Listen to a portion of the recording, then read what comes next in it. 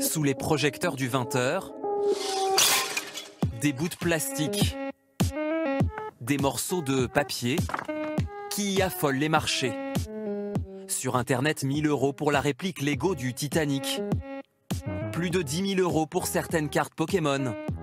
Au revoir passion, bonjour, spéculation. Voici Dorian, 21 ans. Valentin, 23 ans. Des fans de Pikachu, des vrais. Il y a combien de classeurs? Alors de mémoire, il y a 7 ou 8 classeurs. Avec combien de cartes? Plusieurs milliers. Hein. Les deux amis ont commencé petits. Je crois que c'est un adulte un peu enfant, il n'y a pas d'âge pour faire ça. Entre leurs mains aujourd'hui, un trésor. La valeur de tout ce que tu nous as montré depuis tout à l'heure, t'as une idée ou pas? C'est 5 chiffres. C'est une bonne question, ouais, il y a 5 chiffres. Les cours montent et les cartes se font rares. Dans leur magasin aujourd'hui, pas grand-chose en vitrine. L'offre est limitée. Avant, on avait le choix de ce qu'on voulait prendre. Maintenant, on est obligé de prendre ce qu'il y a. Ils sont partis où les autres? Demandez au scalper. Ou quoi? Au scalper. Les scalpeurs, ce sont des spéculateurs qui raflent tout et revendent immédiatement sur Internet. 50% plus cher, parfois plus. Au bout du fil, celui-ci n'a pas vraiment de scrupules. C'est de l'argent facile et ça fait mal de cracher dessus, quoi. Ça reste des morceaux de carton en y pensant, c'est pas non plus comme si j'empêchais les gens de manger, quoi. En un an, il affirme avoir gagné plus de 15 000 € et il ne se déplace même plus en magasin. Cet algorithme s'occupe de tout à sa place. Toutes les 8 secondes, en gros, il va sur le site, il regarde ce qu'il y a, s'il est disponible ou pas. Et après, s'il est disponible, il me l'envoie, il l'achète ou il l'achète automatiquement. Certains revendent tout de suite, d'autres, comme Johan, 34 ans, parient sur l'avenir. Alors qu'est-ce qu'on a là-dedans? Alors on a des fusées Saturn, une moto Ducati et un pod racer Star Wars. Et tout ça, c'est neuf. Vous les avez jamais ouverts? Jamais ouvert, sauf celle qui est montée là, évidemment. Hop. Il achète des Lego maintenant pour les revendre dans 20 ou 30 ans. Il espère empocher une jolie plus-value. Investir dans Lego, c'est très sérieux, ça demande du temps, de l'énergie. C'est pas, tiens, elle est jolie cette boîte, je vais l'acheter. J'aurais pu acheter une action Tesla, j'ai acheté une boîte Lego potentiellement qui peut prendre de la valeur.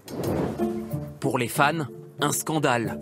Mais le Lego est-il vraiment un bon placement? Aïe. Bonjour, Simi. vous me voyez? Cette économiste russe est la spécialiste du Lego. Oui, selon elle, certaines pièces peuvent être très rentables. Nous avons étudié plus de 2000 boîtes de Lego, des années 80 à 2015, et le retour sur investissement est de 10-11% par an, ce qui est plutôt important par rapport aux actions ou obligations. Un marché lucratif qui attire les faussaires. Eux tentent de les démasquer. Ils tiennent à rester discrets car il y a d'importants enjeux financiers. Profession, certificateur de cartes Pokémon. Tous les coins sont abîmés, les bords ils sont absolument tous blanchis, il n'y a pas un coin qui est en bon état. Ils examinent 30 000 cartes par mois. 5% sont fausses, comme celle-ci. Il n'y a pas de texture, il n'y a rien du tout. Et la brillance qui couvre toute la carte, C'est inhabituel. c'est inhabituel. Alors si, comme nous, vous avez envie de vérifier, vous allez devoir payer à partir de 9 € et jusqu'à 90 € pour une seule Salut à carte. tous, aujourd'hui on se retrouve pour une vidéo avec un petit duel demandé par Alban.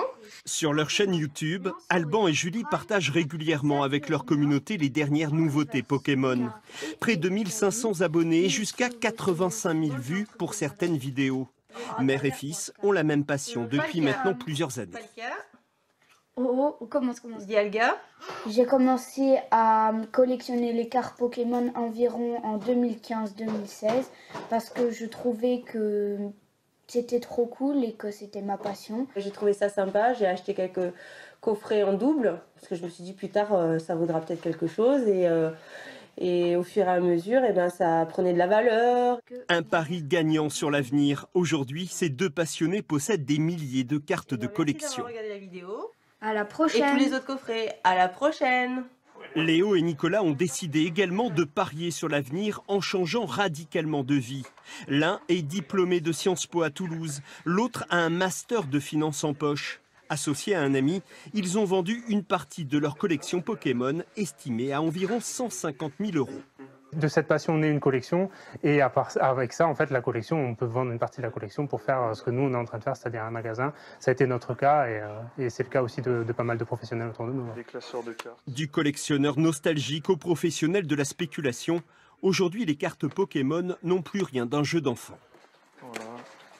Elles ont été notées par une société en fait, qui se trouve aux États-Unis, qui va prendre en charge votre carte, qui va l'examiner en fonction de l'état, de sa qualité et de sa rareté, et qui va l'emboîter dans une case en fait, qui est sous vide, donc la carte ne pourra pas s'abîmer plus dessous, et va en faire un objet de collection. Voilà. Pour ces 3 cartes-là, pour cette triplette, on sera aux alentours de 30 000 €. Enchères record, vente exponentielle dans les magasins, le juteux business des cartes Pokémon n'a jamais connu un tel niveau.